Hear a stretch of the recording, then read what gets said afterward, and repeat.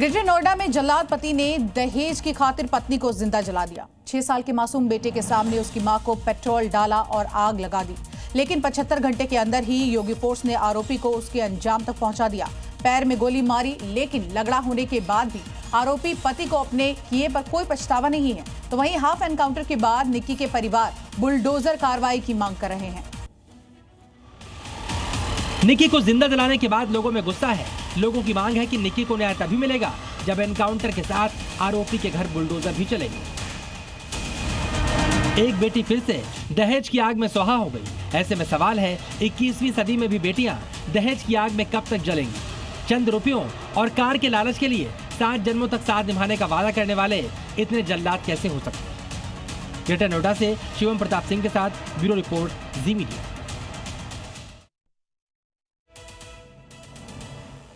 दहेज की खातिर पत्नी को जिंदा जला दिया। 6 साल के मासूम बेटे के सामने उसकी मां को पेट्रोल डाला और आग लगा दी, लेकिन 75 घंटे के अंदर। तो देखिए, लगातार ये खबर हम आपको बता रहे हैं। और पति ने पीटा, पेट्रोल डाला, आग लगा दी, महिला की मौत हो गई। और एक बार फिर दहेज की वजह से एक बेटी बलि चढ़ती हुई नजर आई।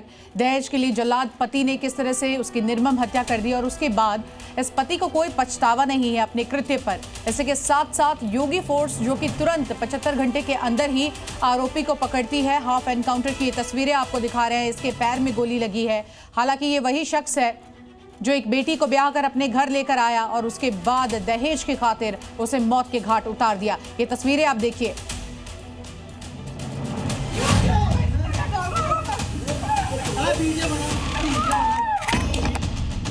मुझे नहीं मैंने मारी है। हाँ। ना मैंने कुछ किया है, अपने आप मरी है। हाँ। ग्रेटर नोएडा में पत्नी को जिंदा जलाने वाले जल्लाद का योगी फोर्स ने इलाज कर दिया है। 75 घंटे के अंदर पत्नी को जिंदा जलाने वाले का एनकाउंटर। जल्लाद ने पत्नी को जिंदा जलाया था, लेकिन योगी फोर्स ने उसे तगड़ा सबक सिखाया है। इस जल्लाद को ध्यान से देखिए। 75 घंटे पहले पत्नी निक्की को पेट्रोल डालकर इसने जिंदा जलाया था। कपड़े तक फाड़ दिए थे। इसके बाद पेट्रोल डाला और लाइटर से निक्की को आग के हवाले कर दिया। उसकी पिटाई भी की थी, लेकिन सिर्फ 75 घंटे का अंतर। और अब तस्वीर देखिए, पैर में योगी फोर्स ने गोली मार दी है। हालात ऐसे हैं कि अपनी टांगों पर चल भी नहीं पा रहा। दरअसल आरोपी पुलिस की कस्टडी से भागने की कोशिश कर रहा था। हालांकि पत्नी की हत्या और एनकाउंटर के बाद भी जल्लाद विपिन भाटी के तेवर ढीले नहीं पड़े। पैर में गोली लगी है, अस्पताल के बेड पर पड़ा हुआ है, लेकिन पत्नी को जिंदा जलाने वाला पापी अभी भी कह रहा है उसे कोई पछतावा नहीं। मुझे नहीं मैंने मारी है। हाँ। ना मैंने कुछ किया है, अपने आप मरी है। हाँ। अच्छा। और आप पहले भी मारपीट करते थे उससे?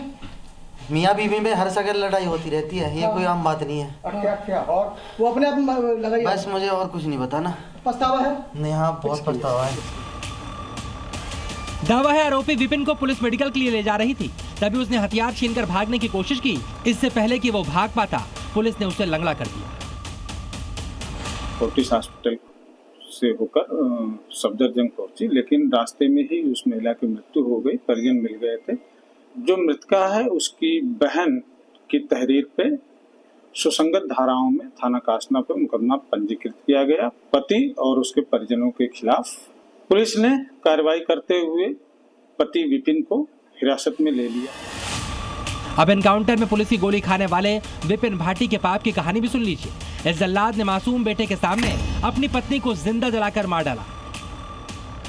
21 अगस्त के दिन आरोपी ने पहले निक्की को लात और जूतों से पीटा, कपड़े फाड़ दिए। निक्की उसके सामने छोड़ देने के लिए गिड़गिड़ाती रही, लेकिन दहेज लोभियों ने उसकी एक भी बात नहीं सुनी। उसके ऊपर पेट्रोल डाला और लाइटर से उसे जिंदा फूंक दिया। उस वक्त हालात क्या रहे होंगे, ये जानने के लिए तस्वीरें काफी हैं, लेकिन घटना के वक्त मौके पर मौजूद मासूम बेटे ने जो देखा और बताया, वो पैरों तले जमीन खिसका देने वाला था।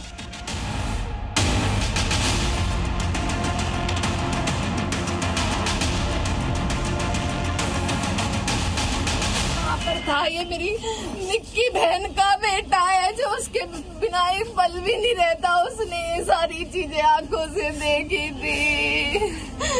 अभी साहब ने क्या देखा था बता ना बेटा? मम्मा के ऊपर पहले कुछ डाला, फिर मम्मा को चाहता मारा, फिर लाइटर से आग लगा दी थी। आपको बता दें कि निक्की और उसकी बहन कंचन की शादी एक ही घर में हुई थी। घटना के वक्त कंचन भी मौके पर मौजूद थी। उसने बचाने की कोशिश की, लेकिन आरोपी विपिन ने न सिर्फ उसे भी थप्पड़ मारे बल्कि बड़ी बहन के सामने ही छोटी बहन को जिंदा जला दिया। जला के मार दिया। बहुत देर से प्लानिंग चल रही थी, बहुत दिन से टॉर्चर करा जा रहा, ब्लैकमेल करे गए, पूरी रात मारे गए उसे।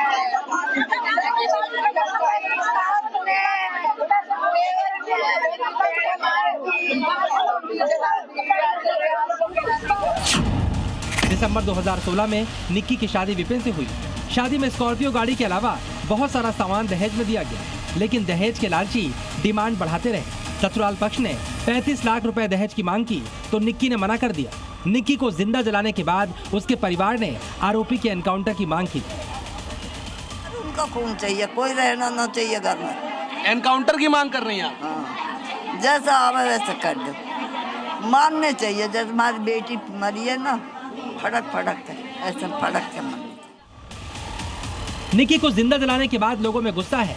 लोगों की मांग है कि निक्की को न्याय तभी मिलेगा जब एनकाउंटर के साथ आरोपी के घर बुलडोजर भी चलेगा। एक बेटी फिर से दहेज की आग में सुहा हो गई।